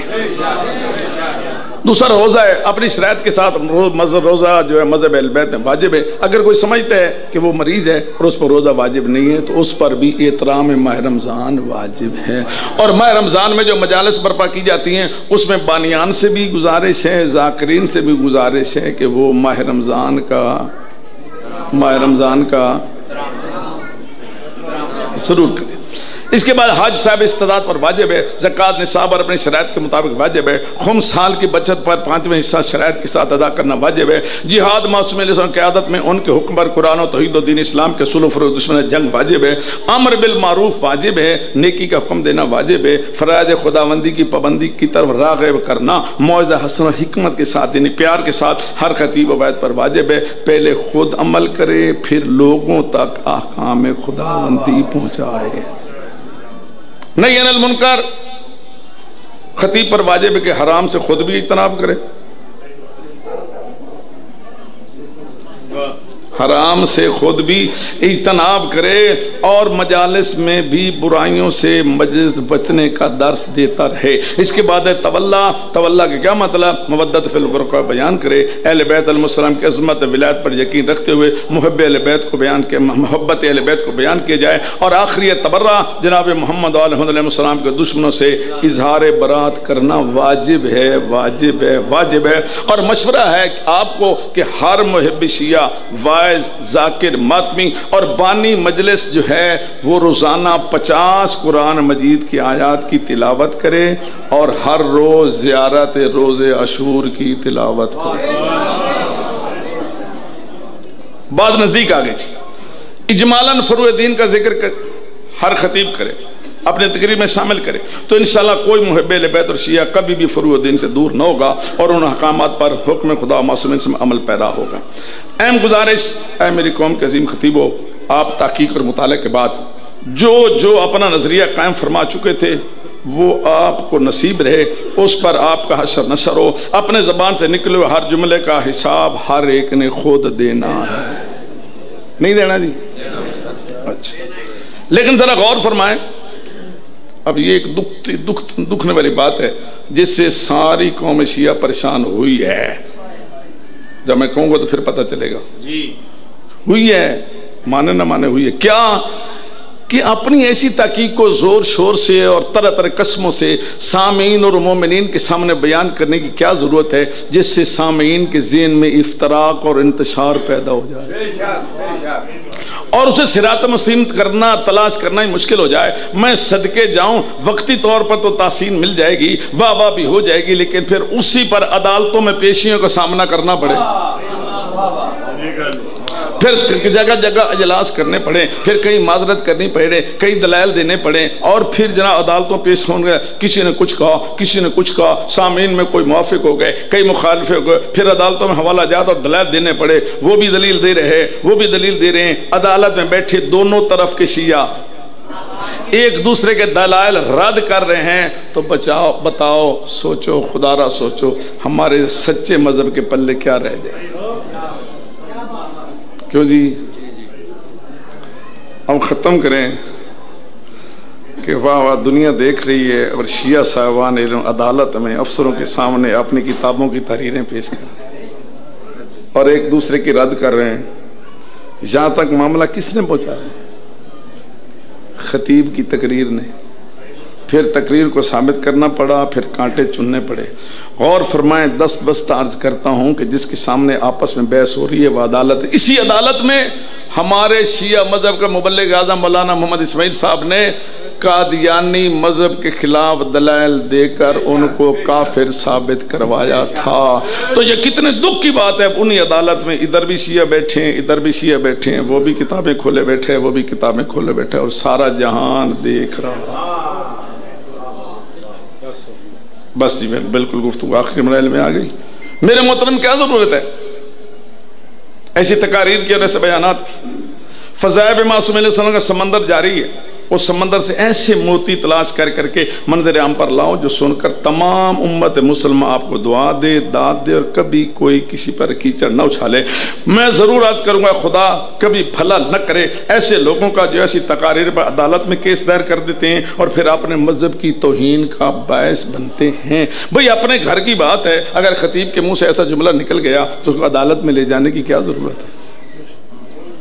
آپ نے میری بات سنی نہیں ہے؟ عدالت میں لے جانے کیا ضرورت ہے؟ ہمت کرو، خود اس خطیب کے پاس چلے جاؤ، یا عزت احترام سے اس کو بلا لو اور اکٹھے بیٹھ کر ایک دوسرے کو سمجھا لو، سبحان اللہ، اور اتفاق و اتحاد سے نتیجہ نکال لو اور افتراق سے بچ جاؤ۔ گر قبول افتد زید و شرف، یہ مشورہ، اور بالکل 2 سفر باقی رہ گئے۔ آپ نے بڑی زحمت اٹھائی، میری بات سنی، مشورہ میں نے آپ کو 2 دینا تھا، وہ کچھ دے دیا، 2 جملے باقی ہیں۔ گر قبول افتد کیا؟ خدا کے نام پر سوچو، ایام فاطمیہ سلام اللہ علیہا ہیں، جناب سید سلام اللہ کا شکستہ پہلو کا واسطہ دیتا ہوں، آج اس جنازے کا واسطہ دیتا ہوں جس کے پاس 4 چھوٹے چھوٹے بچے بیٹھے رو رہے ہیں، 2 بیٹے ہیں 2 بیٹیاں ہیں، ایک 7 سال کا بیٹا، ایک 6 سال کا، ایک 5 سال کی بیٹی، ایک 4 سال کی، اسی جنازے کا واسطہ دیتا ہوں اپنی پوری قوم شیعہ کو کہ مزل بیت اور مشن امام حسین علیہ السلام پر رحم کرو، ظہور امام زمانہ کی تعجیل کے لیے دعائیں کرو، امام علیہ السلام کے حضور پیش ہونے کی تیاری کرو، دل و دماغ کو کوثر و سلسبیل کے پانی سے دھو کر صاف کر لو، ہر قسم کی گروہ بندی ختم کرو، مذہب شیعہ کے دشمن تلاش کرو اور ان کا جواب تیار کرو، ہر قسم کی گروہ بندی ختم۔ سب علی اللہ پڑھتے ہیں، کوئی شیعہ ہے جو علی اللہ نہیں پڑھتا؟ ذرا پڑھو۔ سب شیعہ علی اللہ پڑھتے ہیں، سب شیعہ علی اللہ مانتے ہیں، ذریعہ نجات علی جا اور اعمال کی قبولیت کا ذریعہ سمجھتے ہیں۔ اور میں یہ دعوے سے کہتا ہوں، سپیکر پہ کہہ رہا ہوں کہ شیعہ اس عقیدے پر قائم ہے کہ 14 معصوم علیہ السلام غرض خلقت کائنات ہیں، نور اول ہیں، صفات خداوندی کے مظہر ہیں اور زمین پر اللہ کا دروازہ ہے۔ جو ادھر سے جائے گا وہ بھی انہی کے دروازے سے جائے گا، جو کچھ ادھر سے آئے گا وہ انہی کے دروازے سے ملے گا۔ یہ باذن اللہ 14 معصوم باذن اللہ اسنا نہیں تو یہ 14 معصوم علیہ السلام باذن اللہ جو چاہیں جہاں چاہیں جب چاہیں کر سکتے ہیں۔ یہ 14 معصوم علیہ السلام جو چاہیں، ہر شیعہ اس کا قائل ہے، ہر شیعہ کہ ان کو اللہ نے اختیار دیا ہے، ان کے اختیار کی حد بندی نہیں ہوگی، نہیں ہوگی، نہیں ہوگی۔ ان کے پاس اللہ نے طاقت دی کیا؟ جو چاہیں جب چاہیں باذن اللہ، جب چاہیں جو چاہیں جہاں چاہیں یہ کا جناب کر سکتے ہیں۔ اور امام حسن علیہ السلام کا تو وہ تو اتنا مشہور خطبہ ہے جو ہر شیعہ سے آپ سنتے ہیں، ہر خطیب سے آپ سنتے ہیں، ہر ذاکر سے آپ سنتے ہیں کہ مولانا نے ممبر پر بیٹھ کر فرمایا تھا لو شئتو لجعلت العراق شاما والشام عراقا، میں حسن ابن علی اگر چاہوں تو ملک شام کو ملک عراق بنا دوں، ملک عراق کو ملک شام بنا دوں۔ فقام المنافق، ایک منافق کھڑا ہو گیا، اس نے کہا آپ ایسے دعوے کرتے ہی رہتے ہیں۔ تو امام کے تیور بدلے، فرمائے ان حزی اما تستحینا ان تقضی بین الرجال، نکل جہاں سے، تجھے شرم نہیں آتی تو عورت ہو کے مردوں میں بیٹھی ہے؟ تو اس کی حیثیت بدل گئی۔ سب اس کو پڑھتے ہیں، سب اس کے قائل ہیں۔ آؤ سب اب کوشش کریں کہ اس انتشار سے بچ جائیں، ہاں جی، اس سے پہلے کہ پانی سر کے اوپر سے گزر جائے۔ ہر ایک نے اپنے عمل کا جواب خود دینا ہے۔ اب میں بات آہستہ کر رہا ہوں، ہر ایک نے اپنے عمل کا خود جواب دینا ہے۔ عمل اچھا کیا ہے تو جزا ملے گی، عمل برا کیا ہے تو سزا ملے گی۔ گناہوں سے پاک ہم میں سے کوئی بھی نہیں۔ جزا و سزا کے لیے یوم آخرت مقرر ہے۔ خدا را ایک دوسرے کی عیب ظاہر نہ کرو بلکہ تلاش ہی نہ کرو۔ ولایت علی علیہ السلام اور عزاداری مظلوم کربلا اور سادات کرام کے شرف و عظمت پر کسی کو ذرہ برابر شک نہیں ہے۔ نہیں، میں جملہ پھر دہرانا چاہتا ہوں، آپ دعا کریں گے جی۔ ولایت علی علیہ السلام، عزاداری مظلوم کربلا علیہ السلام اور سادات کرام کے شرف و عظمت پر کسی کو ذرہ برابر شک، سارے میرے ساتھ کہیں، کسی کو شک، عظمت سادات پر کسی کو شک نہیں ہے، شرف سادات پر کسی کو شک نہیں ہے۔ حضور اکرم نے خود فرمایا تھا اکرموا اولاد صالحین للہ و طالحین لی، میری اولاد کی عزت کرو، اگر نیک ہیں تو اللہ کے لیے کرو، اگر خدا نہ خواستہ وہ برے ہیں نا تو پھر میری طرف دیکھ کر ان کی تعظیم و تکریم ضرور کرو۔ یہاں سادات کرام کی خدمت میں دست بستہ سلام کرتا ہوں۔ یہ میرا پیغام تمام سادات تک بھی پہنچا دو، کیا کہ خدا را سادات کرام جناب علی علیہ السلام اور جیسے کہ اولاد سے التماس کرتا ہوں کہ وہ بھی اپنا خاندانی شرف اور وقار کو سمجھیں۔ نہیں، میں ابھی مطمئن نہیں ہوا۔ سادات کرام بھی اپنے وقار، اپنی عزت، اپنا شرف اور اس کو سمجھیں اور اپنے بچوں اور بچیوں کے ذہن میں یہ فرمان مضبوطی سے بٹھا دیں۔ فرمان سننا، معصوم کا فرمان، جناب نے فرمایا تھا بنونا لبناتنا و بناتنا لبنینا، سب سن لو کہ ہمارے بیٹے ہماری بیٹیوں کے لیے ہیں اور ہماری بیٹیاں ہمارے بیٹوں کے لیے ہیں۔ یہ حدیث سادات اپنے بچوں کے ذہن میں نقد کریں، سید اپنے ذہن میں نقد کریں اور نسل در نسل اس کو آگے پہنچائیں۔ اور ایک آپ کو لطف والی دلیل دوں، پھر آپ کے سامنے یہ مسئلہ ختم ہو جائے گا۔ لطف والی دلیل آپ کا نہیں دل تو نہیں بتاتا، سادہ لطف والی دلیل سے یہ دھیان رکھنا، آپ قم چلے جائیں، آپ نجف چلے جائیں، آپ شام چلے جائیں، پاکستان میں پھریں، جس کے سر پہ سیاہ امامہ ہوگا نا وہ کون ہے؟ ذرا بلند آواز سے کو، جس کے سر پہ سیاہ امامہ وہ کون؟ اور جس کے سر پہ سفید امامہ وہ کون؟ اگر ایک غیر سید سر پہ سیاہ امامہ باندھ لے، سب ہی اس کو ناراض ہو جائے گے، اوے تو غیر سید ہے، سر پہ سیاہ امامہ کیوں باندھا ہے؟ ہاتھ باندھ کے کہتا ہوں خدا را سوچو، لباس میں تو امتیاز رکھا ہوا ہے۔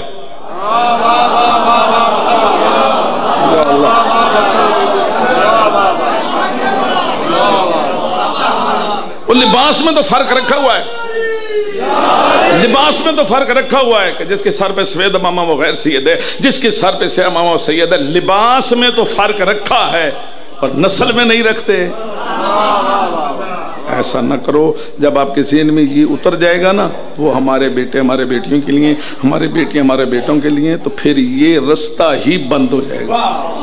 اور اگر مجھے اجازت دیں تو ایک چھوٹا سا واقعہ آپ کو سنا دیتا ہوں۔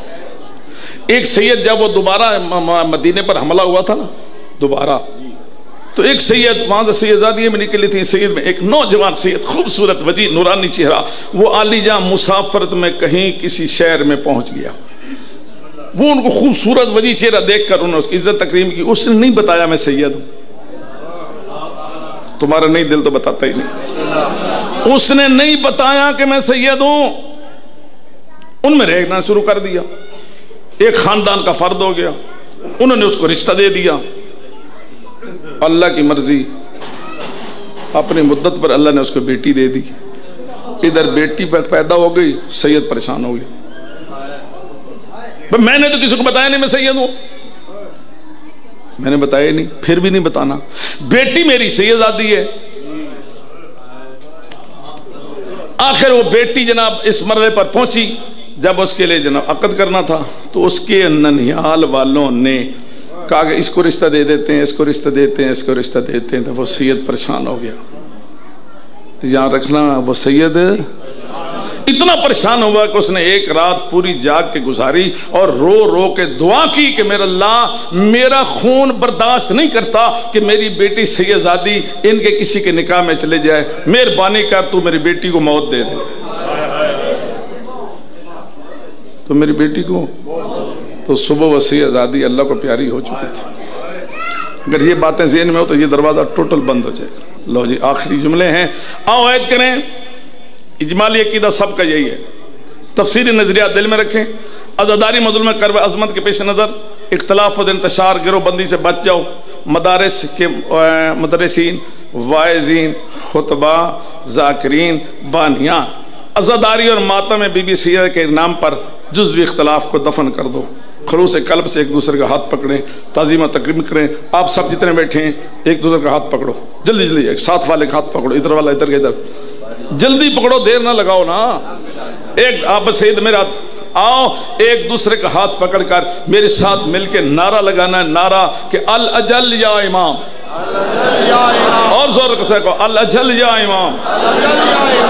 یہ اختلافات ختم کرو، ایک دوسرے ہاتھ پکڑو اور امام کا انتظار کرو اور زور سے نعرہ لگاؤ الاجل، اور بلند کرو الاجل۔ اب میں لفظ بدل رہا ہوں، الاجل الاجل الاجل اے منتقم خون حسین، الاجل اے منتقم خون جناب سیدہ۔ آؤ امام کا انتظار کریں، آؤ امام کا انتظار کریں، امام کی فوج میں شامل ہو جائیں، خالصاً ذکر اہل بیت اور فرامین اہل بیت پر بیان کریں اور سادات کے دکھ اور مصائب میں جی بھر کر روئیں، اور جناب آقا شہاب الدین مرشی اللہ مقاموں کی طرح غم سیدہ و اولاد سیدہ سلام اللہ کے غم میں نکلنے والے آنسوؤں کو ایک رومال میں جمع کریں اور پھر وہی آنسو والا رومال کفن میں لے جائیں۔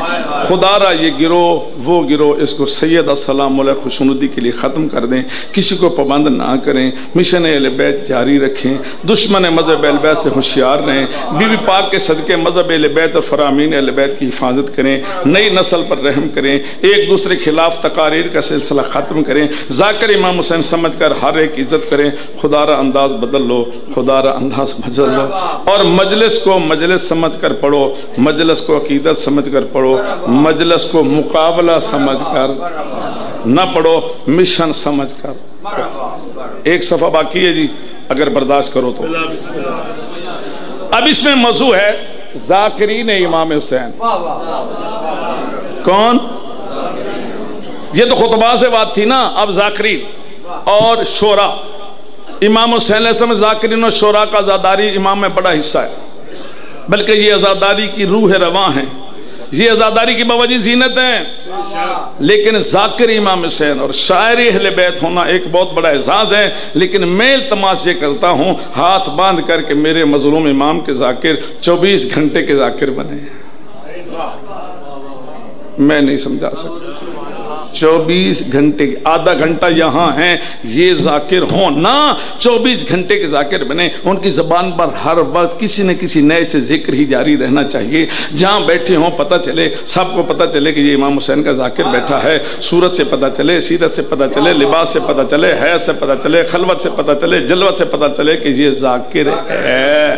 واجبات ادا کریں، نماز اور روزہ کے فرائض خداوندی سمجھ کے ادا کریں، اور سنو جو امام حسین علیہ السلام کے سجدے پہ روتا ہے اور رلاتا ہے وہ کبھی بھی نماز کا تارک نہیں ہو سکتا۔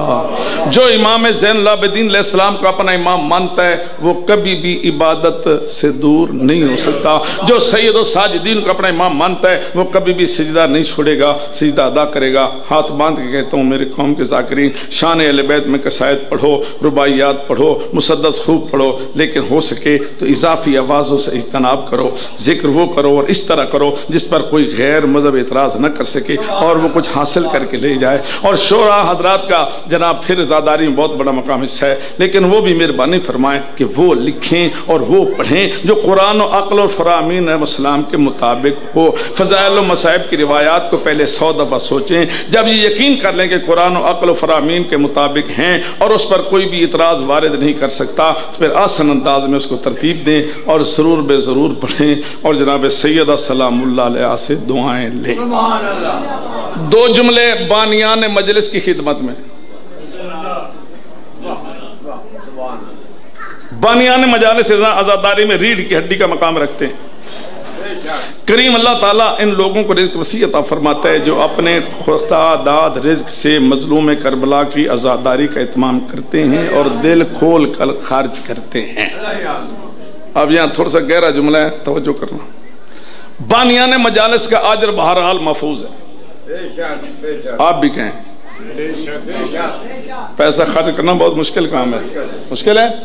بانیان مجالس بہرحال محفوظ ہے، ہاں اگر کوئی خطیب یا ذاکر نیاز امام حسین علیہ السلام طے کر کے لیتا ہے، میں اگلے جملے تو اندس دے ہی نہیں بھئی، میں عرض کر رہا ہوں اگر کوئی خطیب یا وائن یا ذاکر نیاز امام حسین طے کر کے لیتا ہے تو اس خطیب اور ذاکر نے اپنی اجرت لے لی۔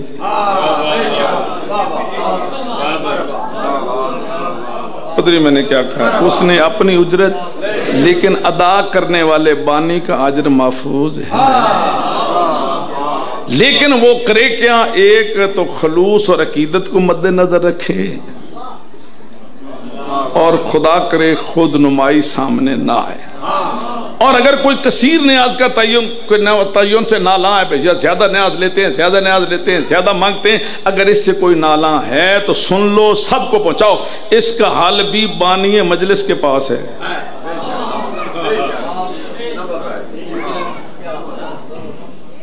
پہلے چہرے پڑھ لوں، اگر کوئی اعتراض کرتا ہے یہ زیادہ نیاز لیتے ہیں، فلاں زیادہ لیتا ہے، فلاں زیادہ لیتا ہے، تو اس کا حل بھی کس کے پاس ہے؟ بانی مجلس کے پاس ہے۔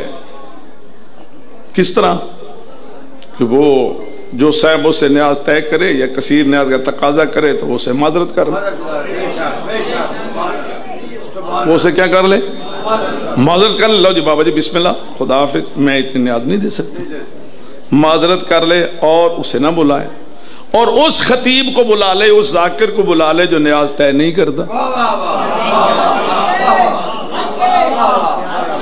ایسے بھی ہیں، ایسے بھی ہیں، ایسے موجود ہیں جو طے نہیں کرتے، جو کوئی دے دی جاتا ہے الحمدللہ پڑھ کے چلے جاتے ہیں۔ اگر طے کر کے لیتا ہے تو اس نے تو اپنا آج قیمت لے لی۔ اس کو بلائے، کس کو؟ بابا جی آخری جملے ہیں، آخری جملے ہیں، خدا را آخری جملے ہیں۔ وہ جناب جو کسی نے طے کر دیا اسے معذرت کر لے، نہ بلا، اسے بلایا جو طے نہیں کرتا، تاکہ وہ بھی قربتاً اللہ مجلس پڑھے۔ بانی قربتاً اللہ، اس کا جناب حسب حیثیت اس کی عزت کرے تو دونوں کا اجر محفوظ ہے۔ اور ایک اور بھی ہے بات، اس کو میں نے 4 دفعہ لفظ اور لکھ کر کہا ہے، اور اگر کسی خطیب کو، مجلس پڑھنے والے کو نظر نیاز لینے پر اعتراض ہے، یہ کلپ چلا ہوا ہے، اگر کسی کو نظر نیاز لینے پر اعتراض ہے تو یہ اعتراض ان کا عبث ہے، فضول ہے۔ کیوں؟ آپ کہیں کیوں؟ اس لیے کہ جو نیاز لینے دینے پر اعتراض کر رہا ہے نا، مجلس پڑھنے کے بعد وہ بھی بانی کا انتظار کرتا ہے۔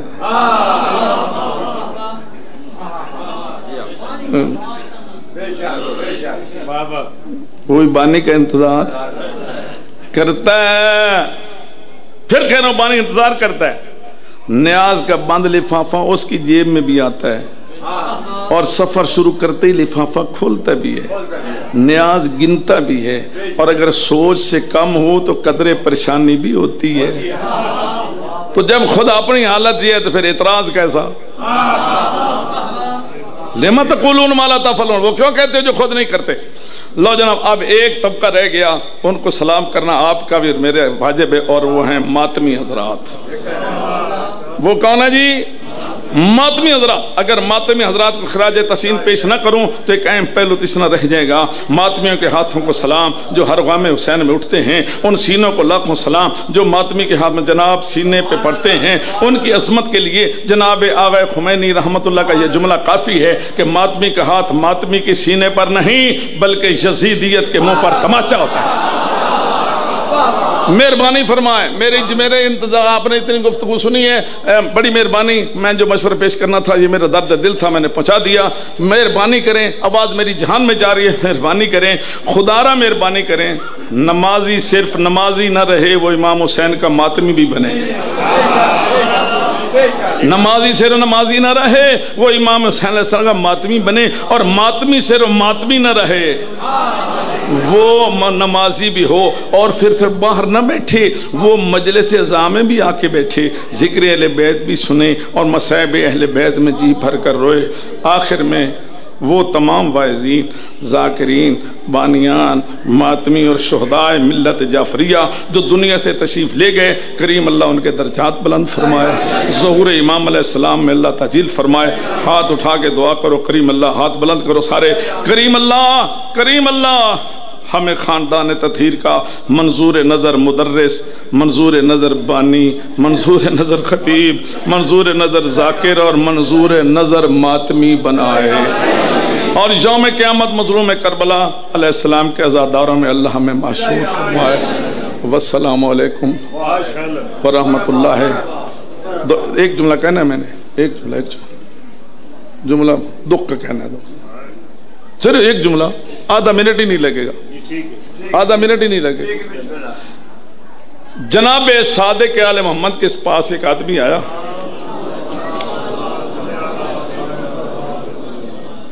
یہاں سے لے کر وہاں تک، یہ مولانا باقر صاحب یہاں سے لے کر جتنوں نے میری یہ گفتگو سنی ہے ان سب سے التماس ہے یہ آخری تو جملے بھی سن لیں، کیونکہ یہ میں جملے نہ کہوں اور میرا بھی ایک آنسو نہ آئے تو میرا ضمیر مطمئن نہیں ہوگا۔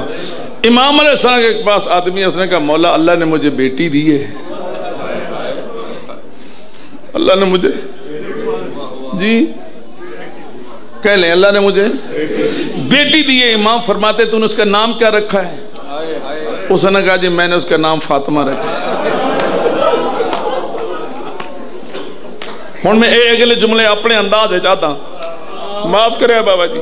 پھر بندہ مومن ہے تو امام کو لا کے کیا تھا توڑے تے پلک تھوڑی جی سج گئی نا تو ان دعا مل جائے گی.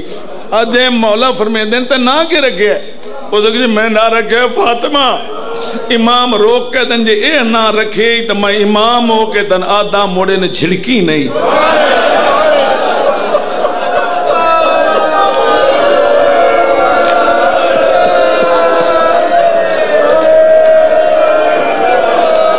اللہ تو نے آنسو قبول فرمائے.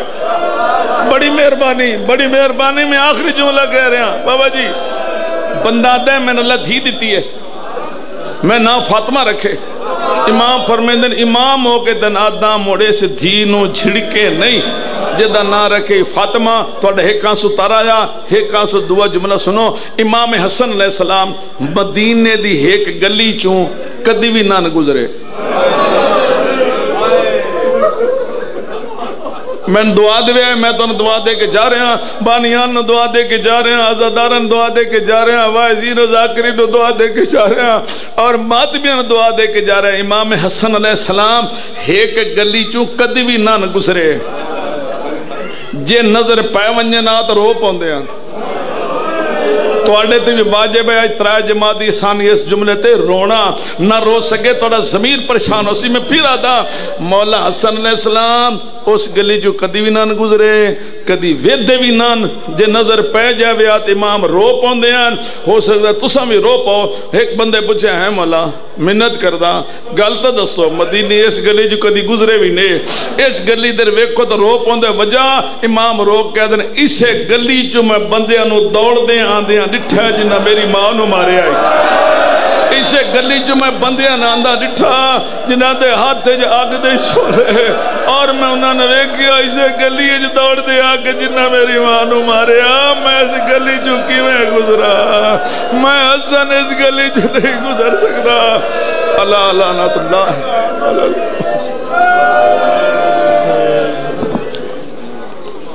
مرحبا.